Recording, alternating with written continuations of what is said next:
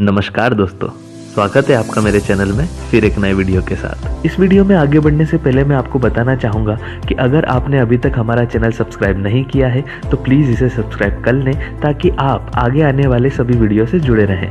दोस्तों, ठंड का मौसम आ गया है और ठंड के मौसम में जुकाम, तरह तरह की खांसी, साइनस, गला दर्द, सीना दर्द जैसी अनेक ठंड से रिलेटेड समस्या हमारे जीवन में बनी रहती है, जो कभी छोटी तो कभी बहुत ही गंभीर रूप ले लेती है। कुछ लोगों में सर्दी की समस्या 12 महीने ही बनी रहती है, जिसकी वजह से वह ठंड में बहुत ज्यादा परेशान हो जाते हैं और अक्सर काम में मन नहीं लगा पाते और डॉक्टर के पास उनका आना जाना लगा ही रहता है। दोस्तों, अक्सर ये देखा गया है कि कुछ लोगों की आदत होती है थोड़ी सी सर्दी होने पर ही या थोड़ा सा जुकाम होने पर ही वो तुरंत डॉक्टर के पास पहुंच जाते हैं, जिसके कारण उनके दिमाग से यह बात निकल ही जाती है कि कई सारी समस्याओं का इलाज घरेलू नुस्खों की सहायता से आसानी से किया जा सकता है। दोस्तों, अक्सर आपने यह देखा होगा कि जब भी हम डॉक्टर के पास जाते हैं तो वह हमें एंटीबायोटिक और एक कफ सिरप जरूर देता है, जिससे हमें सर्दी में आराम मिलता है। परंतु कई बार यह देखा गया है और यह मेरा पर्सनल एक्सपीरियंस भी है कि जब तक हम दवाइयों का इस्तेमाल करते हैं तब तक हमारी सर्दी ठीक रहती है, लेकिन जैसे ही हम दवाइयों का इस्तेमाल करना छोड़ देते हैं सर्दी हमें वापस लग जाती है। इसलिए दोस्तों,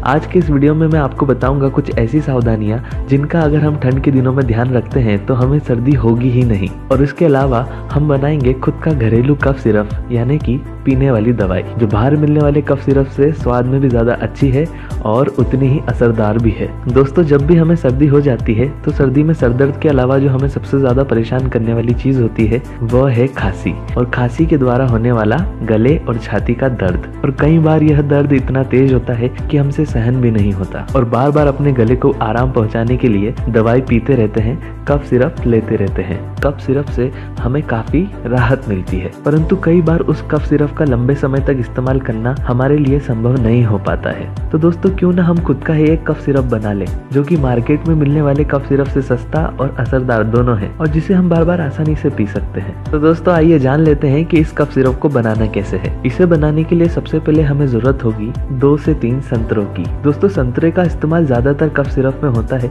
जो कि सर्दी के लिए बहुत ही असरदार है। इसके बाद हमें जरूरत पड़ेगी नींबू की। दोस्तों, नींबू का स्वाद चाहे खट्टा हो, लेकिन सर्दी को जल्दी ठीक करने के लिए बहुत ही असरदार होता है। इसके बाद हमें जरूरत होगी अदरक की। दोस्तों, ठंड में अदरक हमारे गले को आराम पहुंचाता है और उसके साथ साथ ये हमारे शरीर को गर्म भी रखता है। इसके बाद हमें जरूरत होगी काली मिर्च यानी कि पेपरकॉर्न की, और उसके बाद दालचीनी की। दालचीनी के बाद हमें जरूरत होगी खाने वाले नारियल के तेल की। दोस्तों, खाने वाला नारियल का तेल आपको किसी भी राशन की दुकान पर मिल जाएगा, यह हमें थोड़ा सा ही चाहिए होगा। और सबसे आखिरी में हमें जरूरत होगी शहद की।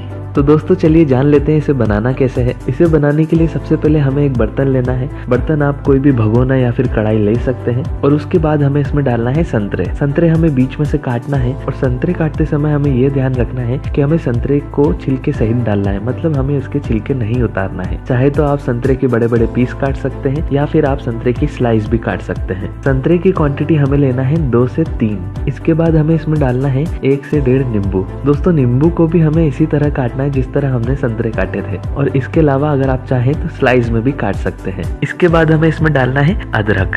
अदरक भी हमें अच्छे से छील लेना है, और छीलने के बाद हमें इसे काट कर इसके अंदर मिक्स करना है। इसके बाद हमें इसमें ऐड करना है काली मिर्च। काली मिर्च हमको 2 चम्मच लेनी है, जो कि बिना पीसी हुई साबुत होना चाहिए। और इसके बाद हमें इसमें 1 स्टिक दालचीनी की ऐड करनी है, यानी कि दालचीनी की एक डंडी हमें इसके अंदर डालनी है। इसके बाद हमें गैस चालू करना है और धीमी आंच पर इसे चलाते हुए अच्छे से दबा दबा कर मिक्स करना है। उसके बाद जब ये अच्छे से मिक्स हो जाता है तो इसे ढककर कम से कम 10 से 15 मिनट पकाना है। और जब ये 10 से 15 मिनट अच्छी तरह से पक जाएगा तब आप देखेंगे कि इसके अंदर से जूस बाहर आने लगेगा, यानी कि इसका रस बाहर आने लगेगा। इसके बाद हमें इसे आंच पर से उतारना है और इसमें 2 चम्मच नारियल का तेल मिलाना है। नारियल का तेल मिलाने के बाद हमें इसमें 3 से 4 चम्मच शहद को मिलाना है और फिर वापस इसे आंच पर रखकर बिना ढके कुछ देर और चलाना है, जिससे नारियल का तेल और शहद इसमें अच्छी तरह मिक्स हो जाएगा। और उसके बाद यह सिरप यानी कि पीने की दवाई तैयार है। और इसके बाद आप इसे आंच पर से उतारकर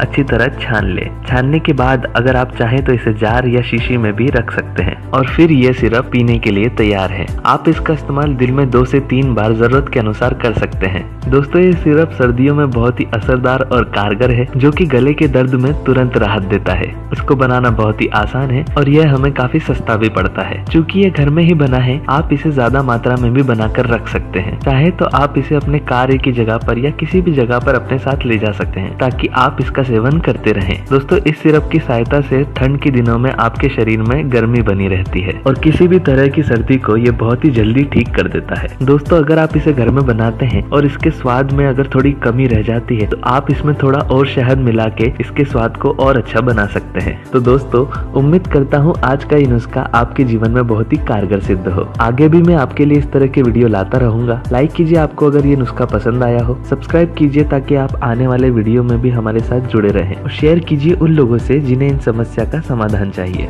धन्यवाद।